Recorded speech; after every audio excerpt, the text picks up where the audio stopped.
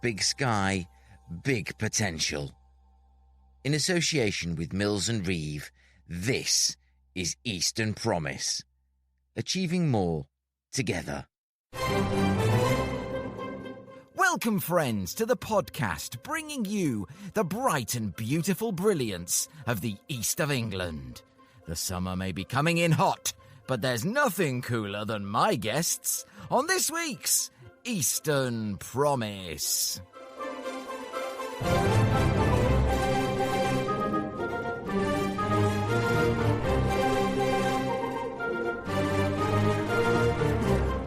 I'm Mike Rigby, and this week I'm bringing you Eastern Promise's contribution to Cambridge Wide Open Week. I'm at Hauxton House, home of O2H Group, with an extra special panel of guests, each one an expert in their field, with a wonderful audience cheering us on. We'll look at the Cambridge community, networking, infrastructure, social justice and empowering future generations. It's a wide-ranging and wonderful chinwag. So slap on your sun cream and your floppiest floppy hat as we join our panel in the garden at Hauxton House for this week's Eastern Promise.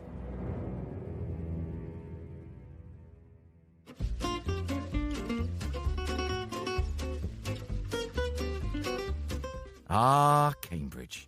A city of curiosity and delight that can seem mysterious from the outside. For Cambridge Wide Open Week, we invited your questions, big, small, serious and silly, and put them to our panel of insiders. Let's get into it. Good morning and welcome to this special recording of the Eastern Promise podcast in celebration of Cambridge Wide Open Week. My name is Mike Rigby, although most of you here already know that. I am proud to be your host for everything you ever wanted to know about Cambridge, brackets, but were afraid to ask. From the outside, Cambridge can appear a daunting ecosystem, and so this fantastic panel has been assembled today to perform a public service, answering your questions about this, the capital city of science. So let's meet our four experts. Because this is a companion piece, a second volume, if you will, to the Eastern Promise episode, The Beginner's Guide to Cambridge, I've sort of roped in a member of that expert panel today. My first guest here, the inspiration, the superlative Harriet Fear, who I shall now ask to introduce herself in greater detail. Oh, thank you, Mike. Well, it's a joy to be here. I think for those of you who obviously can't see it because you're listening in, we've all just agreed we'd love to do this every Friday morning because it's such a beautiful setting here at Hauxton. Thank you to O2H for everything that they've been doing for Cambridge Wide Open Week. So I'm Harriet Fear. I have one of those portfolio careers now, which means that it's a delight for me to be able to do things that I really enjoy and hopefully make a difference to. So, Chair of Cambridge Ahead, I chair Cambridge Science Centre and I'm on the board of Anglia Ruskin University, and I run my own little consultancy which helps international companies understand Cambridge better. Thank you very much, Harriet. And next we have someone who I have to say, rather melodramatically say, is on my list of targets for 2026. It is Julia Wilson. Julia, please introduce yourself. Well, thanks, Mike. Well, I'm Julia Wilson, and I work at the Wellcome Sanger Institute at the Wellcome Genome Campus, where I'm Director of Innovation and Impact. So the science we do is absolutely extraordinary, and I'm the one that asks the so what question. How do we get this amazing work out to start benefiting the public? Thank you very much, Julia. And I'm just going to give a quick nod to one of our guests in the small audience here, Paula Beckenstein of Connexon, who was dealing with that very question at a fantastic event at the brand new Merlin Place building, Cambridge North, last night. Thank you for that, Paula. And now comes the man who coined one of the most, probably one of the most unforgettable phrases I always keep in mind when talking about anything to do with Cambridge. If you approach Cambridge with an open mind, you'll be surprised at what you find. Poetic, indeed, and I bet, Joe, you can't even remember saying that. Did I definitely say that? That was yes, you did. You were standing. And it rhymes. Yeah, it rhymes. I don't know if you meant it to, but you were standing next to the legendary Tarquin when it calls at the time. Was that the first Cambridge Tech Week or the first Cambridge Wide Open Week? It may have been the first Cambridge Tech Week, actually. There you go, and at the Bradfield Centre. So, Joe, give us some more details about yourself. Thank you. So, my name's Joe Graziano. For the past 20 years, I've been working as an executive headhunter in and around Cambridge and beyond. I work with early-stage businesses, innovation-led, IP-rich businesses that are looking to commercialise their technology, and they need talent, leadership talent, to get them there. To go and find customers, to validate their product market fit, and to really help them scale. So I get mandated by investors and entrepreneurs to go and find people, globally and locally, to help them scale and build their businesses. I feel like I've been in Cambridge since God was a boy. And it's great. I love it. I love to be here. Fantastic. That's the kind of enthusiasm we're going for. Thank you very much. And finally, we have our expert on matters civic, from in and beyond the Greater Cambridge area, the policy-making progress and her view from the Cambridgeshire and Peterborough Combined Authority. Connie Anker. Welcome, Connie. Thank you so much for being here. Tell us more about yourself, please. Hi, thanks for having me. So I'm Connie Anker, and I am the snappily titled Public Affairs and Stakeholder Engagement Manager at Cambridgeshire and Peterborough Combined Authority, nice and long. And we support the Mayor and the wider authority with policy development, but also that wider stakeholder engagement piece. Right, OK, chair's privilege. I'm going to start with our first submitted question. Do you have to be a good networker and highly visible to be successful in Cambridge? And I'm going to start with Joe on that one, please. I don't think so, no. I think some of the most successful people in Cambridge aren't necessarily good networkers, but they build a good network. They through just fostering meaningful relationships with people. I think there are so many events and networking opportunities in Cambridge, and it can become quite overwhelming quite quickly. And I don't think you need to be a networking expert. You just need to kind of find your people and build those meaningful relationships. And as a byproduct, your network will grow. But I don't think you need to be a strong networker. That's my view. Right, who would like to add? Julia. Yeah, I'd like to add that, because I would say some organisations have people like me who are there to join the dots and to make things happen. So you, as individual scientists may not be networked, but we can ensure that they meet VCs or they meet commercial partners, and you put scientists in a room and great stuff will happen. So I think, again, I don't think you need to be a great networker, but you need to have somebody that understands the network and can facilitate for you. Connie, you've quite often been in rooms with big personalities. What's your view on that, especially when, as I say, there are a lot of big egos and important people in the rooms where you network? There is. I think the one thing that I would say is, especially whilst going through our process of developing the local growth plan, a lot of the conversation that was had, maybe less within Cambridge but from outside of Cambridge, was like, what's the Cambridge secret?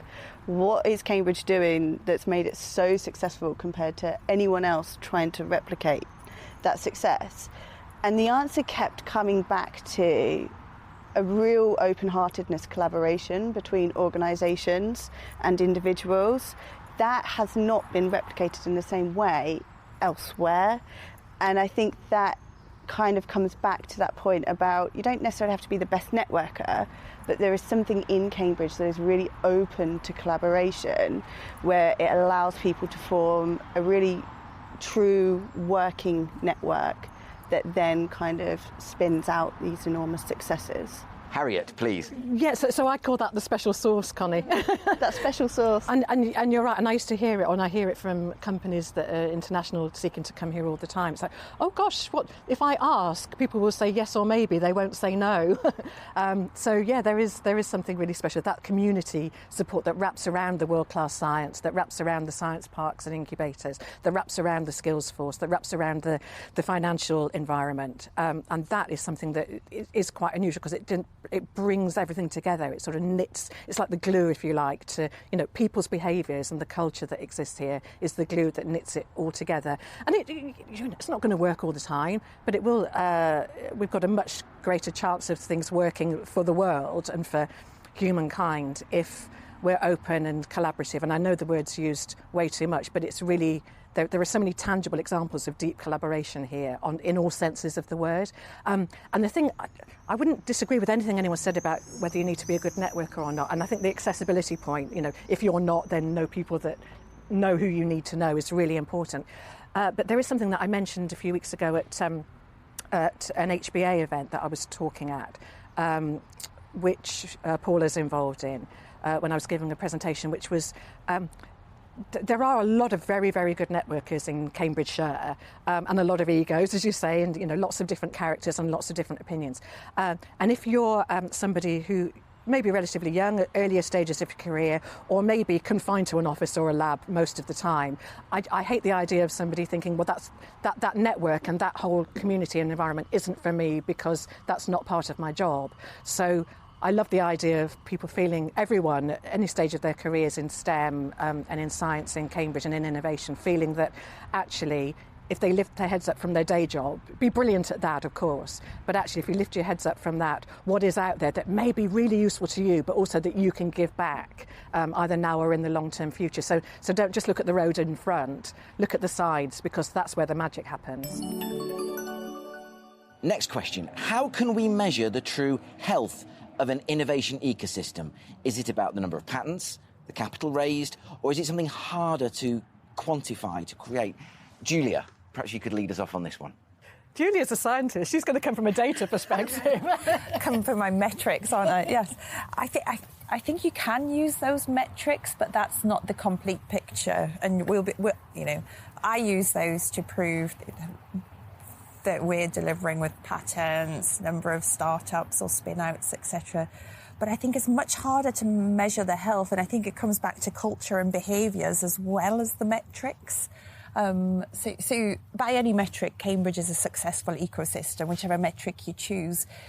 But you can't just lift that up and create that somewhere else. So there's something that's back to the special sauce or the stardust, which is that openness and collaboration and I suppose the increasingly people that transcend traditional boundaries in science and innovation. So have maybe an academic or may have worked in commercial organisations or worked in the NHS, but they know the drivers and motivations of each of the sectors and bring that to the innovation ecosystem. And I think that's where the magic happens, at the intersections between all of us players in the ecosystem. So yes, government will measure those metrics, and government will say, we want to create more of these around the country, but they probably don't have all the ingredients they quite need yet. That's fascinating. Thank you very much. That makes, with so many other sort of science clusters in the east of England, that's I think that's a really interesting point, that you can't clone it. It has to kind of come. There has to be an element of sort of organic growth and around the culture and the people. Joe. Yes, I think patents filed, fundraising, these are outputs, and I completely agree. I think the kind of inputs are what matter and really what kind of defined the success, I believe. And, our founders who have been successful reinvesting in Cambridge, it's the behaviours within the community, I think, is really what makes Cambridge different and is the kind of the magic foundations, if you will, as opposed to the kind of outputs. Yeah, I'm sorry, I'm going to embarrass someone now, and I hope he doesn't mind. He's not here, so it's okay, we can talk about him. So one of the things, when I set up a sort of shop window for Cambridge for international companies seeking to come here called Cambridge And, that was the brainchild, if you like, of Professor Andy Neely, who had formerly run the Institute for Manufacturing and then was the Pro-Vice-Chancellor for External Relations and Enterprise at the university. And I just thought of him, Julia, when you were talking about the intersection of experience and character. And one of the things, as I say, I'm going to embarrass him hugely now, and he'll probably hate it, but one of the things that I really have always admired about Andy, whether he was on the business board or whether he was doing his day job, is his capacity for work. I have no idea how that ever happens. But B, it's about the language he uses. So he's an academic. He's an incredibly able academic, but he talks in a very lay way. pretty much all the time, when certainly in any environment I've ever seen him in. So whether he's chairing a dinner for 35 people to try and work out what they ultimately all care about, which is where we started with Cambridge or whether it's talking to international companies about the strengths of the region, or whether it's talking about something else, he always talks in a lay way with evidence behind it. And yet many people would see him as Professor Andy Neely. He is, and that's really great. And I think there are a lot of people now, people like Jason Mellard as well, and others. I will think of a lady in a moment, I promise. But the people who, I mean, Jason runs the gamut, doesn't he? I mean, he pretty much has every segment of the ecosystem within his DNA. And I was with him earlier in the week, and he said, he planned to only be here for 6 months, and 15, 20 years later, he's still here. But people that can embody. People that can speak in a way that resonates with all the relevant parts of the ecosystem, including disadvantaged communities, which Jason does so very well, I think is also what brings to life the brilliance of this ecosystem. Thank you. Connie, from your point of view, obviously the mayor is a huge point of contact for people from the outside world looking to be in Cambridge. They want to talk to the mayor and they want to know what the mayor thinks, and that certainty around policy and that stability. So how do you find sort of working on the ecosystem? Because obviously your remit is also much broader. Yeah. I would say from an ecosystem perspective, our experience is actually, when it comes to Cambridge, it is so open, and especially when, from a combined authority perspective, we're not based in Cambridge, we're based in Huntington. Most of our team aren't from Cambridge, and we're certainly not scientists. But the openness and access point, and it's that answer of, if I'm not speaking to the right person, I will be put in contact with, and the mayor has always kind of found that. I would say from an ecosystem perspective, and in terms of trying to measure the health, and it's a really lovely problem to have, but I find ourselves consistently world leaders in niche sectors that institutions aren't even measuring yet. So we're trying to make the case, well, we're the world leader in this, and there isn't a SIC code for it on a spreadsheet. And so it sounds ridiculous, and it's a lovely problem to have. But genuinely, when it comes to really trying to measure the health of our ecosystem, Cambridge moves so fast that actually policy and government institutions really struggle to keep up. It's a real challenge for us. It's a lovely challenge to be given. Julia, I'm going to jump straight on to the next question now. What does Cambridge consistently get right that other ecosystems still can't replicate? Oh, that's really interesting. I think openness, but it's more than openness, it's probably porosity. So there is porosity between each part of the ecosystem, which enables things to happen, sharing of expertise. I think we've also got it right that we've got a bit of a shared skills agenda, to touch on what Joe said. We're all invested in bringing on the next generation, engaging school children now, and showing the opportunities for them for careers, for skilled roles as well. So I think what we get right is that togetherness and the ability to work together that Harriet touched on. But it's more than that. It's the porosity between us all and the sharing of expertise, and that we have a shared mission for the success of the region.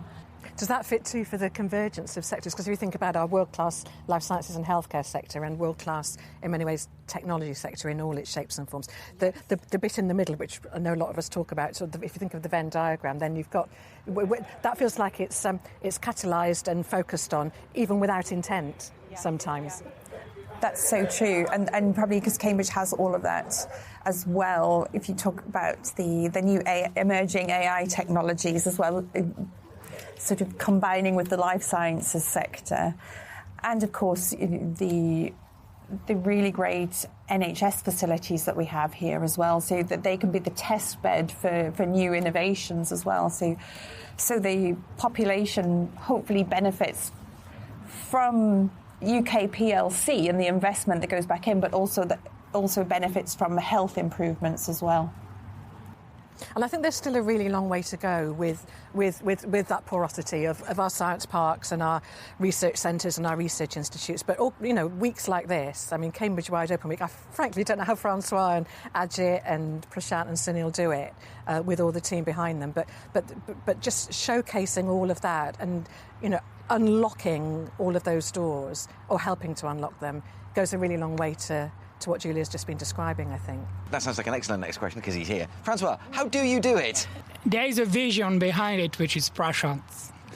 And there's a very small team of hardworking people here in Ajit's team in India, and we just make it happen. A lot of hours, lots of energy, but the energy to do it, and we cracked it.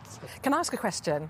Please. Why? Why do you do it? So the vision is to break the barrier between an ecosystem and the broader Cambridge. So it was one of my questions I was going to ask. How do we make it even better to be more inclusive? And those who are not into this ecosystem to see the benefit of what Cambridge is about. Well, I think that's perfect timing because that is actually sort of more or less the next question anyway. So, I mean, start with you. What's your thought, Francois? Good, nice try, but this is obviously the Cambridge Wide Open Week mission statement. So, how do you see yourselves as achieving that goal? Because you clearly do. So, Cambridge Wide Open Week is open day is an open day. So, at Hauxton House, we say just come in. Come to listen to people, listen to the innovators, the entrepreneurs, and then join us for networking after. It's fun, it's not formal, and it's open to everyone. I go around the villagers around there, I give them flyers, talk to them. And it's the same with all the partners who do Cambridge Wide Open Day, all the science parks.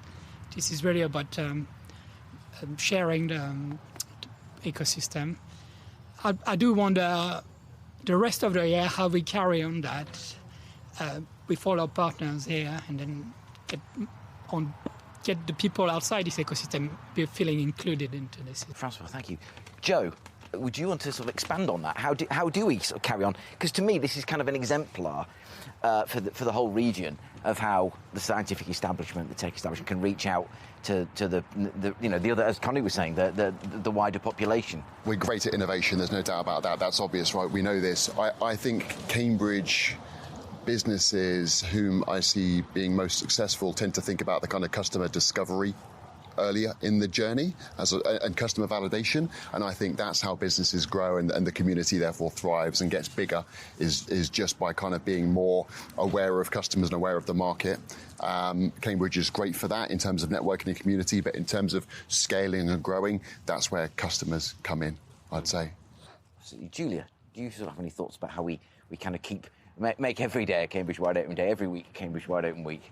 I would, yes, and I think throughout the year there are opportunities that do happen, and there are networks in Cambridge, business networks. There's Cambridge Ahead, there's Innovate Cambridge. So there are lots of, perhaps slightly more. We then maybe go with our clans slightly more, but that there are still lots of opportunities that enable us to collaborate, and bring people from different organisations together, and that's the important thing. We've got to create these melting pots for people to come together, and because good things always emerge when you put people in a room together. So I think we've just got to have a regular cadence of these events throughout the year, and I think there's a willingness for that. Connie, to you, what are your thoughts on the discussion so far? I think it's easy to talk about kind of what we could do better. I think there were a couple of shout-outs. There were really, really enthused and engaged individuals that are thinking about this and doing this on a regular basis without even being prompted to. We were just having a conversation about going to Wiz Beach, where you've taken over the old Argos at the horse fair. Oh, the Science Centre. Yeah, the Science Centre, to encourage young kids in the Fens to think about STEM as a career option.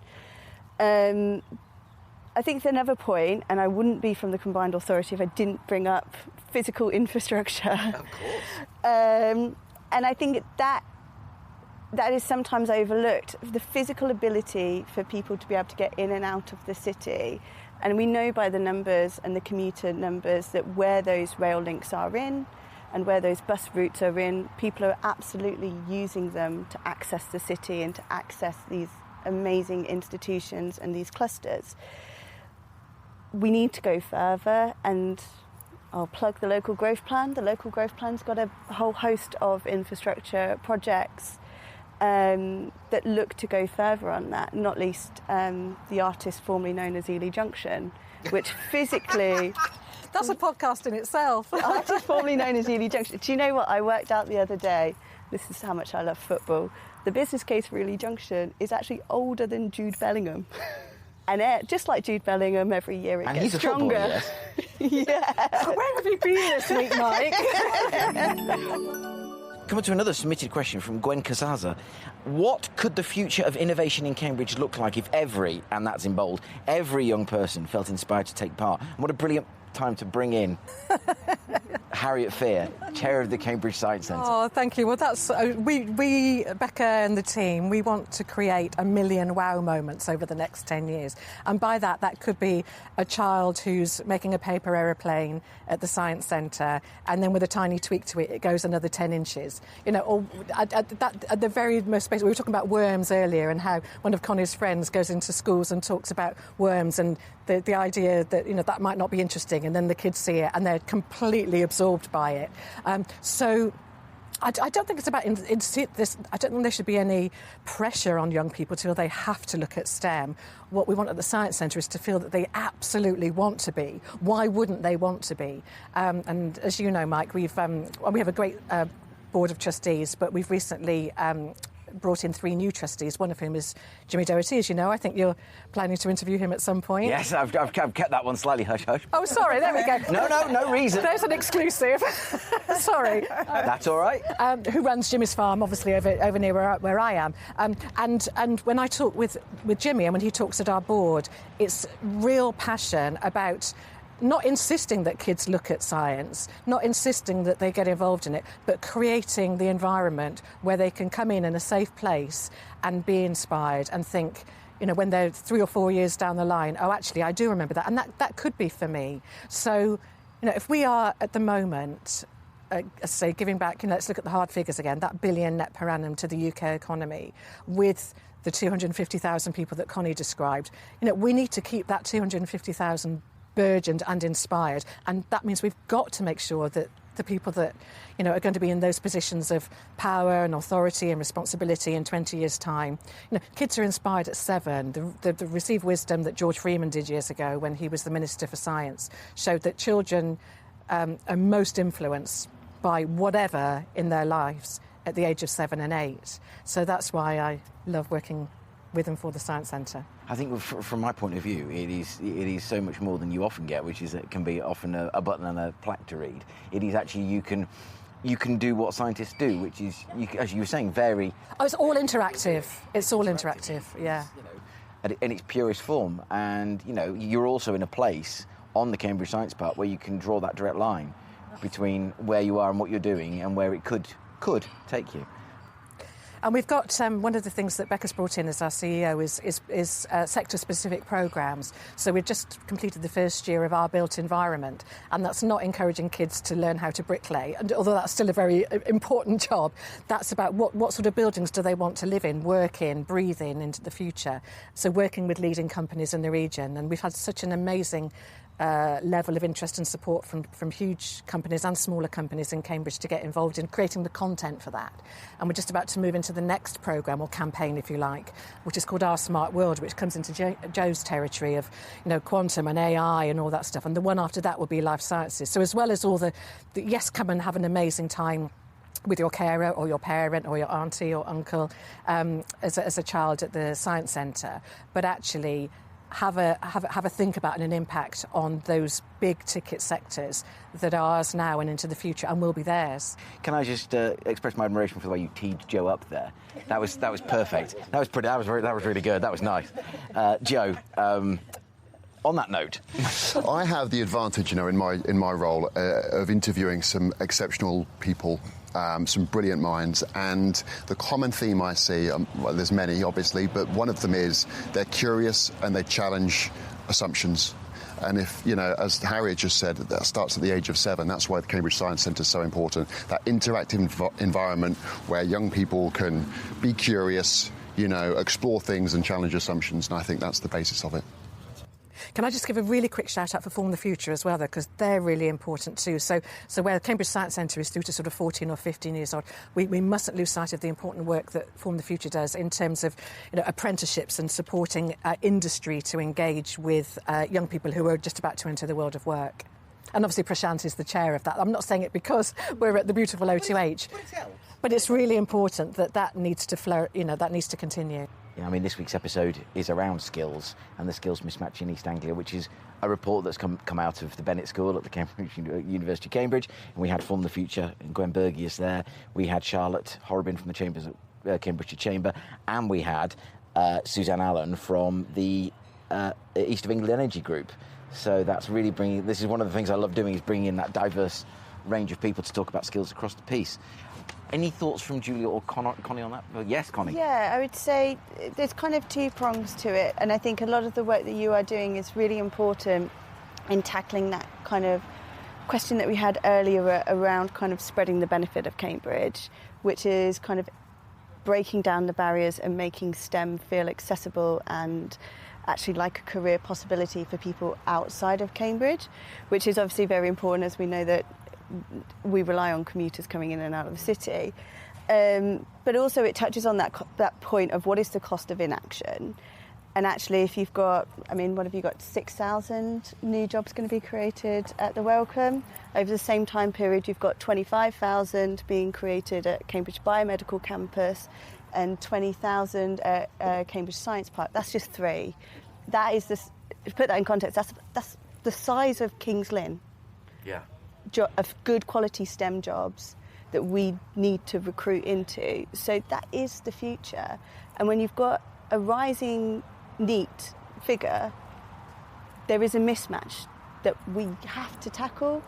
And it's, I must admit, when having these conversations with people around Cambridge, the enthusiasm to get kind of roll up sleeves and kind of really tackle that is slightly heartening for what can feel like quite a daunting task, but we have to get it right.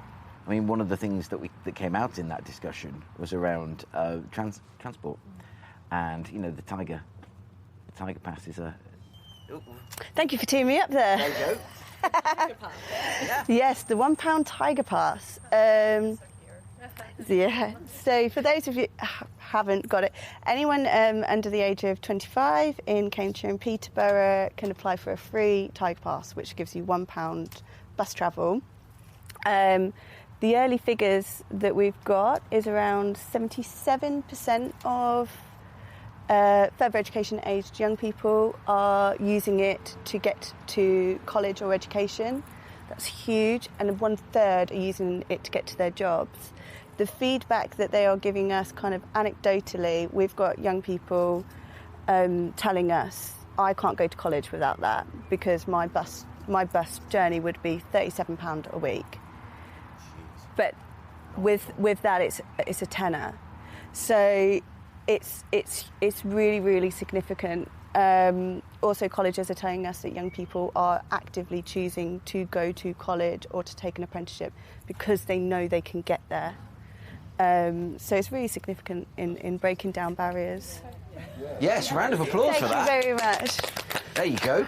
Is that over an indefinite amount of time? So, here comes my sticky situation. It's based on the £3 bus care cap, which is only until next March. So we've got a slight issue there, which Andrew, the transport team at Cambridgeshire and Peterborough and Combined Authority are trying to actively find ways in which we can make it sustainable, looking at new technologies and different ways in which we can kind of maximise the offer. But the figures speak for them. But I don't want to make any promises about Cambridgeshire on air that Dan hasn't cleared. But I'm just thinking, with the we talked earlier about having the right data. So the data that the Combined Authority uses about good growth, and some of the councils use as well, is data that's commissioned by Cambridgeshire out of the Centre for Business Research in the University of Cambridge, as you know, Mike, and Giorgio and Andy that lead that team. Well, Julia knows, she's on the board of Cambridgeshire. We're often talking to them about new pieces of evidence that may be useful. There could be something there around what's the economic impact of those young children, those under 25s, over the last whatever period to March next year, having had that, because that could be really interesting. It's a really significant number. There's definitely some more work we need to do, but that first survey, because this has only been going for maybe a year and a half as well, so that first survey and that first cohort that have kind of actively chosen to go into further education or to take their apprenticeship, is really significant. I'm going to come to this question. If you were starting a company in Cambridge today, what would you do differently from day one? Julia? Oh, crikey. Ask for help earlier, sooner, because as we talked about, the skills, the expertise, the experience and the willingness are all there. So ask for help earlier. Don't think you have to do it alone. Ask for people that have done it. People are so willing to mentor and coach and add back. We've talked about that already. Then it's probably, my wish would be more money swishing around in the ecosystem for that start-up and scale-up.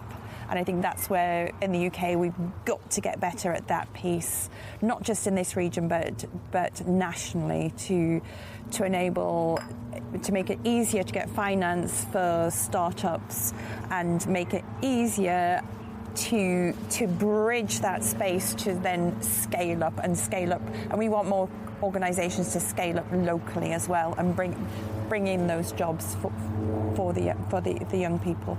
Joe? I believe if I was setting up a business in Cambridge today and I wanted that business to sustain, I would focus more on the customer discovery stage early on. I think our innovation is incredible. I think the more customer commercial validation we get, that is what leads to a revenue generating machine, a business. Fantastic. And just to expand on that, and I'm just going to bring in something that I heard at Connexon last night at Meullenet Place. Again, Paula Beckenstein right here. That oftentimes the person who gets that business going might see themselves as a good fit for the CEO position, but maybe that's not where they ought to be. I mean, is this the kind of conversation you've had in the past or you're aware of in the past where it's like, Absolutely. he's nodding? Absolutely. I think the businesses that I see being most successful are the ones that are very sensitive to the stage that they're at and look at across their leadership team and make sure they've got the right people for that stage. And for those individuals in those roles to kind of have the humility to recognise that actually the business needs someone different now, you know. And I see the kind of leadership team evolution being a good kind of marker of a business evolving commercially. Can I jump in? Oh, you can. Hang on. Let me just introduce yourself, please, to the listener. Hi, I'm Sunil, and I'm the CEO of O2H Ventures and co-founder of the O2H Group, and I've just jumped into this conversation, which I found very interesting, so I thought I will contribute. So, look, it depends on, you know, what kind of business it is and the experience of the founders. I think they're sort of quite, you could go in different directions, but the first thing I'll be thinking about is building what you said, my customer base. And again, it depends on the kind of business. I mainly deal with biotechs and companies that are looking at sort of developing IP in the UK, but looking at products that can be sold globally.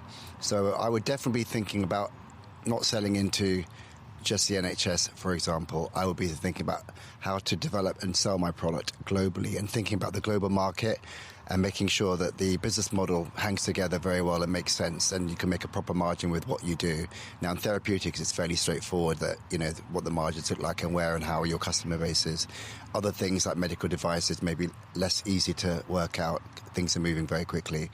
But I would definitely be looking sort of globally, not only for as your customer base, which you mentioned absolutely rightly, but for your fundraising plan as well, and make sure that you try to track capital in from outside the UK and not just looking inside the UK. Within the UK, there are some good ways to get started. I mean, the SCIS and the EIS schemes are amazing to get things going from ground zero, as is Innovate UK and the awards that you can get that can really give investor confidence when getting those first and early checks in. So by getting that sort of early startup capital. And then on the team side, if you're a sole founder, you probably need a partner in crime somewhere on the line. My experience tells me it's good to have someone to work with to sort of help you build your business. And then, being a part of the Cambridge Angel Network, if you can get someone in Cambridge from the Angel, and it's not easy to get someone from the Angel Network involved, but Cambridge Angels can give a lot of support and help, and the investors don't solely invest for a return. A lot of them, obviously, they would like to make a return, but some of them are exited entrepreneurs, around 60 or 70% of them, and they know how to sort of grow and scale businesses, and therefore, if you can find an angel from Cambridge Angels, you can tap into a whole new other network. But Cambridge is very connected, and everyone tries to help each other. You get into one good person, if they might not be able to help you, they will generally open up their black book entirely and completely and say, well, here's 10 other people that could help you as well.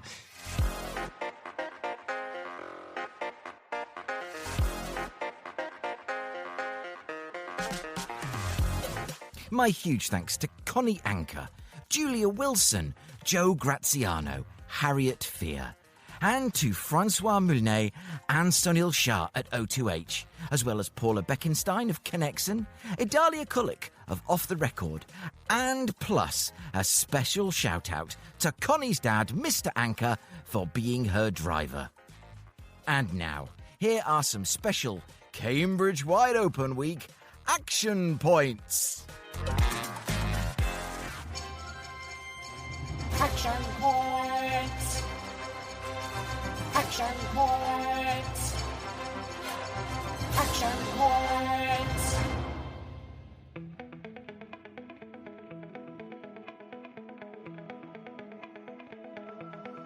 One. OK, nice and simple. Tickets have just been released for Cambridge Wide Open Week 2027, running from the 10th to the 18th of June next year. The booking link you need is in the notes to this podcast. 2.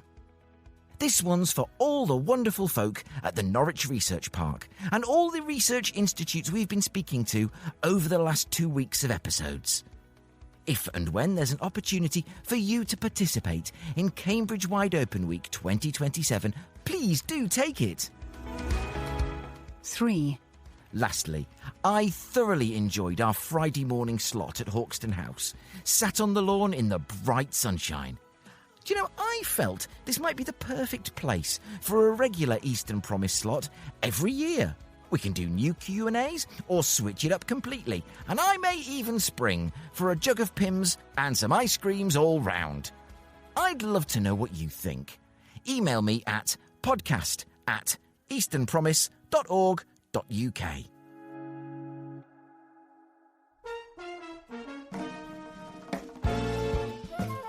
And that's all I wrote for episode 176 of the Eastern Promise podcast, largely because my keyboard melted. Whew. I have been Mike Rigby, and will be so again next week, when Eastern Promise brings you The Beginner's Guide to Peterborough.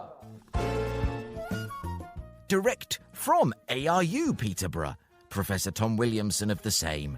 The Cambridgeshire Chamber of Commerce's Connor Butler, also of Peterborough Cathedral. The ebullient Al Kingsley, and the effervescent Katie Davies, MD of Cap Air Systems. Join me to introduce to you everything you might ever conceivably wish to know about the East of England's gateway city, as well as some messages of support from leader of Peterborough City Council, Dr. Shabina Kayum, and Mayor of the Cambridgeshire and Peterborough Combined Authority, Paul Bristow. That's all to come in but 7 short days, so I better get a move on. Until then, bye for now. To hear other episodes of the Eastern Promise podcast, and to find out more about what we do, go to our website at easternpromise.org.uk.